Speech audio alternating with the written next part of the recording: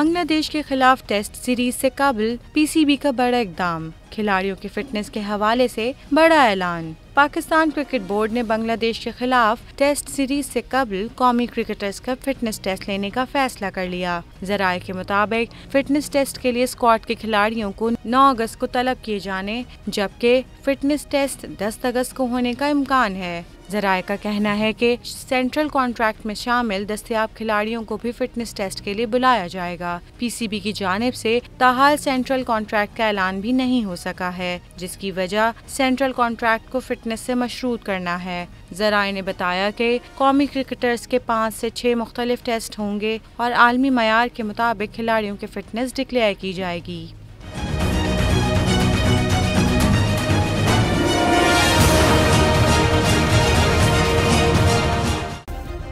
Subscribe करें और bell दबाएं ताकि कोई खबर रह न जाए।